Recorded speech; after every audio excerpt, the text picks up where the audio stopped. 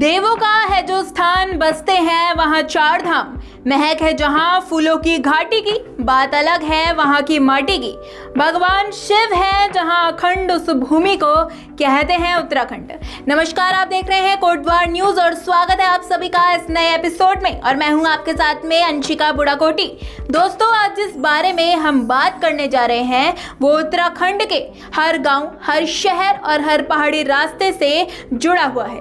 गर्मियों में बढ़ता पर्यटन और उसका उत्तराखंड पर प्रभाव। जैसे ही प्लेन्स में तापमान 45 डिग्री के ऊपर पहुंचता है, लोगों को याद आता है धरती का वो स्वर्ग उत्तराखंड। फिर क्या, हर कोई बैकपैक करता है और निकल जाता है पहाड़ों की ठंडी हवा का आनंद लेने। जैसे ही स्कूलों की छुट्टियां शुरू होती है, लोग पहाड़ों की ओर ऐसे निकल पड़ते हैं जैसे मधुमक्खियां शहद की ओर आकर्षित होती हैं। मसूरी की मॉल रोड हो, नैनीताल की नैनी झील हो, ऋषिकेश की गंगा आरती हो या कोटद्वार का प्रवेश द्वार, हर जगह पर्यटकों की चहल पहल दिखाई देती है। दोस्तों, पर्यटन केवल घूमने फिरने का माध्यम नहीं, बल्कि यह उत्तराखंड की अर्थव्यवस्था की रीढ़ भी है। जब पर्यटक आते हैं तो होटल भरते हैं, टैक्सियां चलती है, रेस्टोरेंट्स में भीड़ बढ़ती है, स्थानीय बाजारों में खरीदारी होती है और हजारों युवाओं को रोजगार मिलता है। कई परिवार ऐसे हैं जिनकी साल भर की आर्थिक स्थिति इन कुछ महीनों की कमाई पर निर्भर करती है। पर्यटन के कारण उत्तराखंड की संस्कृति, लोक कला, लोकगीत, पारंपरिक भोजन और हस्तशिल्प को देश विदेश तक पहचान मिलती है। गढ़वाली और कुमाऊनी संस्कृति को जानने और समझने का अवसर लोगों को मिलता है। लेकिन साथियों, कहानी का दूसरा अध्याय भी है।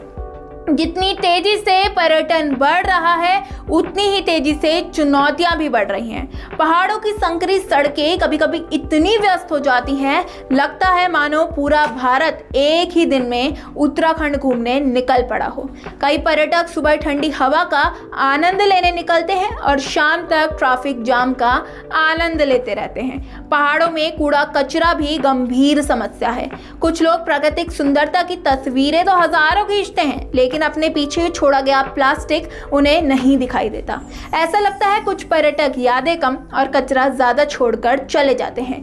पानी की समस्या भी बढ़ती जा रही है। जिस पानी से स्थानीय लोगों की जरूरतें पूरी होती थी, उसी पर अब लाखों पर्यटकों का दबाव पड़ता है। कई स्थानों पर जल स्रोतों पर असर दिखाई देने लगा है।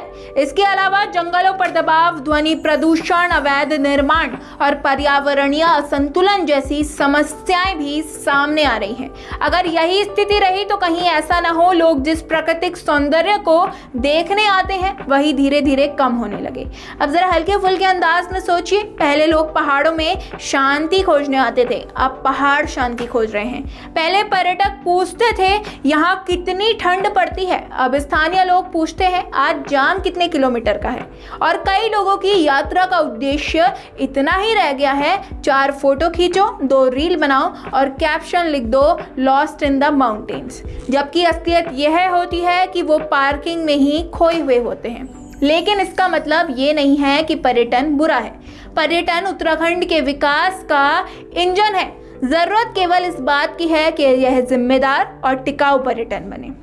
हमें पर्यटकों को यह समझाना होगा कि उत्तराखंड केवल घूमने की जगह नहीं, बल्कि हमारी संस्कृति, हमारी विरासत और हमारी प्रकृति की धरोहर है।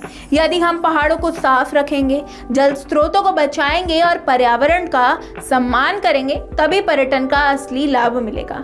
अंत में बस इतना कहना चाहूंगी कि उत्तराखंड की खूबसूरती उसकी ठंडी हवाओं, ऊंचे पहाड़ों और बहती नदियों में ही नहीं, बल्कि यहाँ की सादगी, प्रकृति के संतुलन में भी है। यदि पर्यटन से रोजगार बढ़े, व्यापार बढ़े, गांव समृद्ध हो और साथ ही प्रकृति भी सुरक्षित रहे, तभी यह सच्चे अर्थों में विकास कहलाएगा। इसलिए पर्यटक आए, उत्तराखंड मुस्कुराए, रोजगार बढ़े, प्रकृति भी बचाएं।